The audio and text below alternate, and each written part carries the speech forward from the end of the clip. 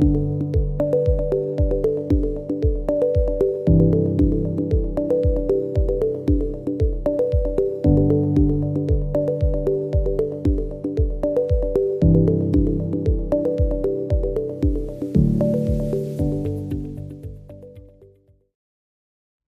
everyone, and welcome to Yoga Eat Love. I'm your guide, Sabrina. Let's practice peace, presence, and embodied alignment together. Because feeling complete is about so much more than what you eat. This channel is a sacred space to slow down, tune into your energy, and live in alignment with your true nature. Here you'll find introductory Himalayan Kundalini yoga practices, wisdom, meditations, kriya, mantra, pranayama, and soulful lessons, and podcast-style reflections like this one to support your peace, clarity, and nervous system balance. And it's my intention that each offering shared here be guided by the wisdom of the body, the rhythms of nature, and the understanding that you are not here to force, only to flow. So if you're craving a softer, more intuitive way to live, eat, move, rest, and reconnect, you're in the right place. Subscribe and practice with me, and let's return to your natural rhythm and light you up from the inside out, one breath, one nugget of wisdom at a time. Welcome to today's episode, Grounding Over Gripping. We're going to talk about nervous system regulation in an overstimulated world and why we're burnt out in this modern life. So we live in this world that asks us to process more information than we were ever designed to hold. And many of us have found that, if you're aware at least, that grounding is no longer optional. It is absolutely essential.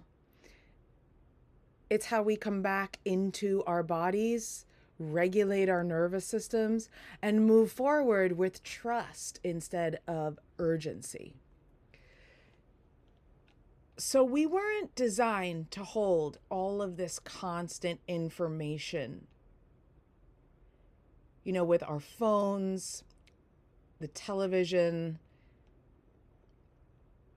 this global awareness, and to be available 24/7. We're living in this chronic alert mode, and it's really too much for us to handle. Our nervous systems are overloaded. And what happens when the nervous system is overloaded? We're in this constant fight or flight or freeze. And we're gripping, we're holding on really tight, we're grasping at straws, we're grasping at anything and everything to escape or to keep us steady. We're trying to control things. There's this sense of urgency about every little thing. And what happens is that we get burnt out. We just get shot and weary, and we can't continue in that mode. If you've ever experienced real burnout, you know this to be true. And if you are under constant chronic stress, that burnout and the symptoms of just get more and more intense. They can start messing with your health.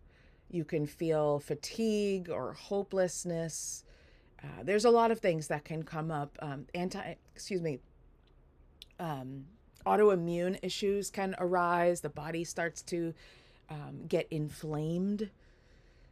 Right now we can't heal properly. The cells don't heal properly. Anyway, that's a whole nother episode. But this gripping, this holding on so tightly where we have this white knuckle effect, it comes from fear and instability. It comes from not feeling safe. And it comes from not really being grounded. And once you're grounded, you really start to feel safety in a different way, right? You're not worrying about the future so much. You're not so affected by every little thing. You feel safe in your own skin, and you have this trust that everything's going to be okay, right? This presence and this inner knowing. And grounding, once we're grounded, it allows us to act without panic.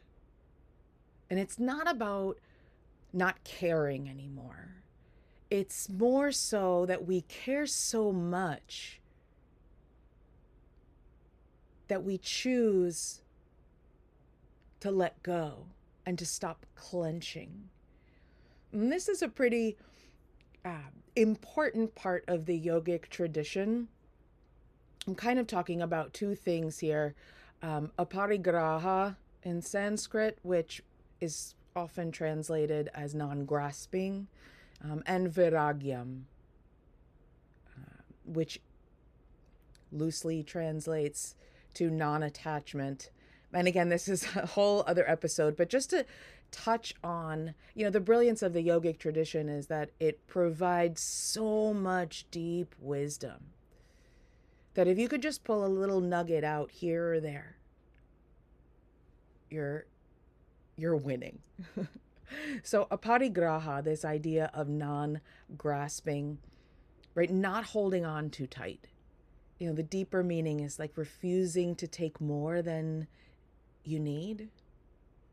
And it allows for this freedom, this personal freedom, this moksha, freedom from ownership and control, freedom to allow. It's when the nervous system stops gripping. It stops fighting. It stops running away. It stops freezing, and the flow starts to occur. And this letting go, this releasing, creates space and ease. So our nervous system, most of us are still running on like a very outdated survival software, right? To put it in modern terms, since we're talking about burnout in modern life, right? Most of us anyway, understand this idea of software. We kind of need an upgrade, right? Our nervous system is designed for short bursts of danger, not constant stress, right? Most of us are in this constant alert mode. We're constantly getting bombardment through the senses of all that's going on in the world. The phone is beeping. Even if you have your notifications off, there's constant notifications, right? We don't need to be notified of everything so often, right? We actually need new tools, not more willpower, right? We need this personal upgrade. And it's kind of ironic that these new tools that we need are actually really old. And it makes sense. The yogis knew what they were talking about. They were way ahead, way ahead. And this is not a personal failure. This is biology. And really, we were never taught, at least I wasn't taught in my generation, how to actually regulate the nervous system and complete the stress cycle. So if you think about, just for example, this stress cycle, if you've ever watched a nature show and you saw like a gazelle running from a lion and it escaped, it often like shakes its body vigorously. And then it stands up and walks away like all good, totally calm, almost like it totally forgot that it almost died or almost just got eaten by a lion, right? The gazelle is very naturally and instinctually completing that stress cycle after being chased by shaking it out of its system, right? So I love that example because I think we've all seen that, and it shows us very clearly how we can complete this stress cycle, right? There's a lot of different ways that we can do it. So in the old days, when human beings were chopping wood and carrying water and sitting around the fire at night, dancing, chanting, performing rituals, looking up at the night sky. We were very connected to earth. We were very connected to nature, each other, and even our own bodies. And now, not so much.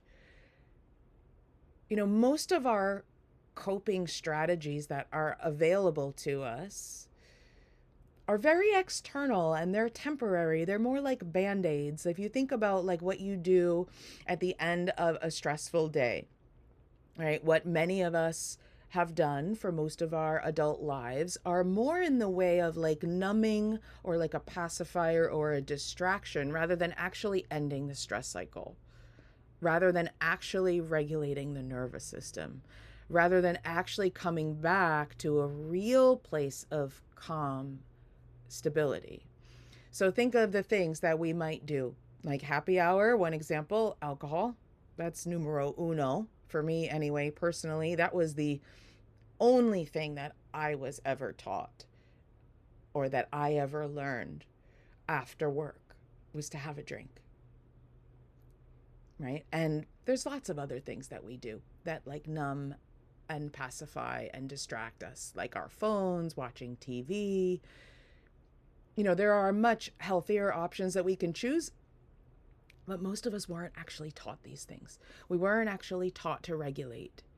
And these things that we're doing, these external temporary band-aids like alcohol and your phone and TV and things like that, whatever it is, or the gambling apps that are, there's so many things. They don't actually regulate and they often make things worse. So this is something I teach in depth inside Yoga Soul Rising. There's actually an entire series about winding down without wine, right, where we go into teaching you how to actually regulate the nervous system through practice.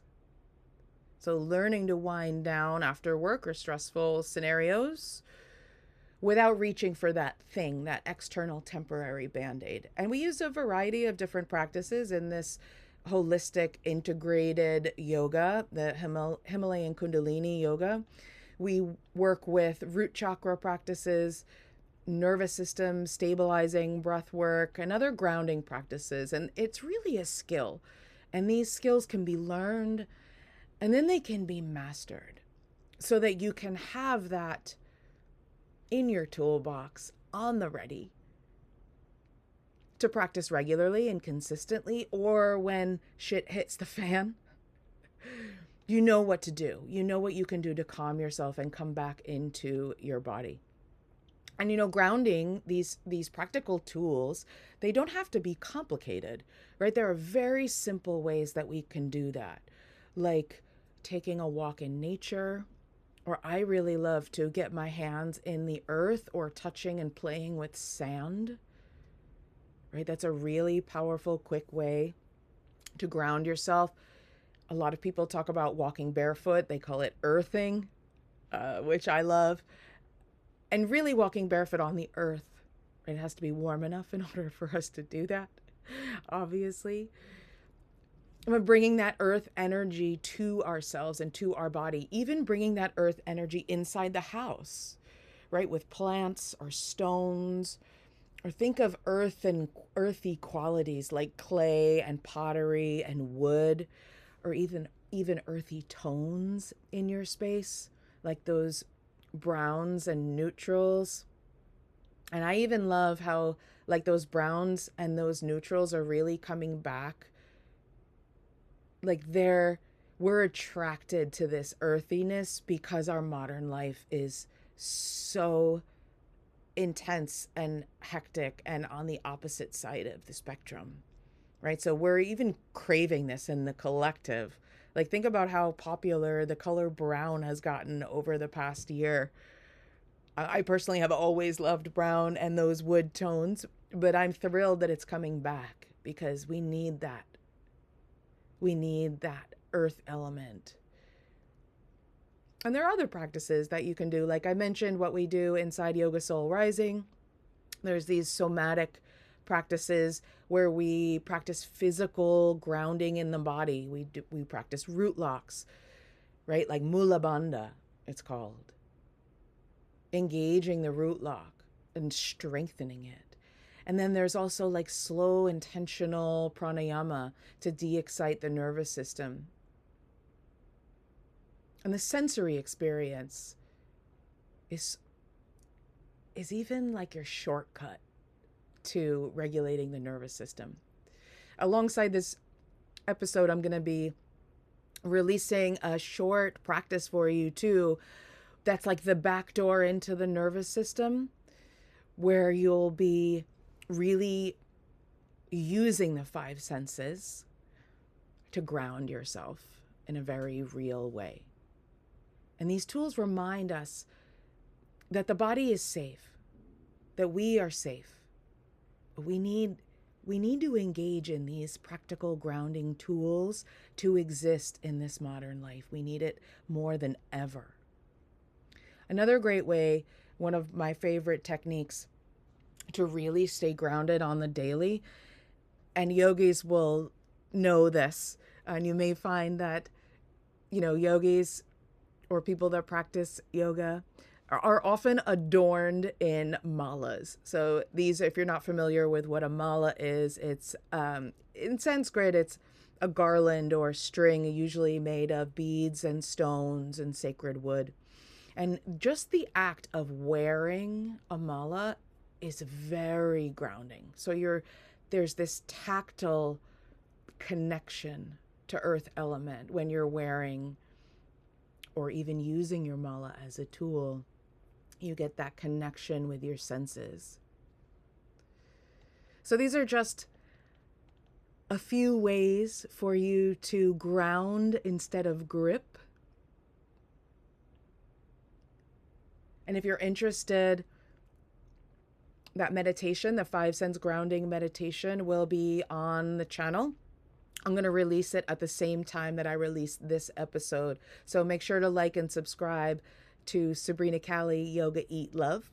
And that way that you'll get the notifications when the new episodes and practices are released. And I also just want to let you know, if you're interested in diving deeper into the nervous system and these grounding over gripping techniques, I'm going to be leading a nervous system mastery workshop that's coming up on February 21st. I haven't opened registration yet, but I just wanted to let you know, just to drop in.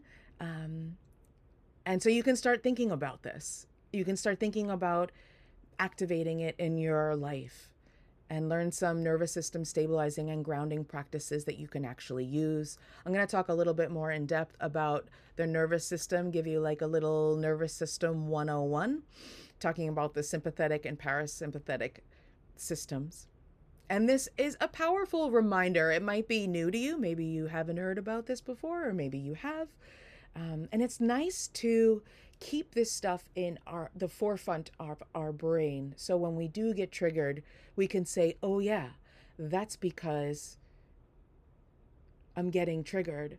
My nervous system is getting activated. I'm not responding in a calm and stable way. I'm reacting instead of responding, right? And then we can use these tools to start regulating ourselves in real time. And this is, as always, about empowerment and not fixing yourself. So if you want to join us for the Nervous System Mastery Workshop, you are more than welcome to. I will drop a link in the description as soon as the sign up is ready. And also, if you're interested in bringing mala into your life, I have just so happened to make them myself, and they're really powerful tools. So if you want to try playing with a mala, or if you want to add a mala to your collection of grounding tools, I'll drop a link in there for my current brochure, or I can make one, a custom one, just for you. So my invitation for you today is to choose grounding over gripping so tightly, to choose safety over urgency, and let your body lead. Your body has wisdom. You don't need to hold everything so tightly. You don't need to hold everything in the world. You don't need to hold every notification. You don't need to hold every news story. You were never meant to. And grounding is really remembering where you belong and coming home to yourself. So if you like this episode, if you want to learn more, subscribe and practice with me, and let's move with your energy, not against it. Until next time, stay connected to your breath, your body, and your own inner wisdom. Namaste.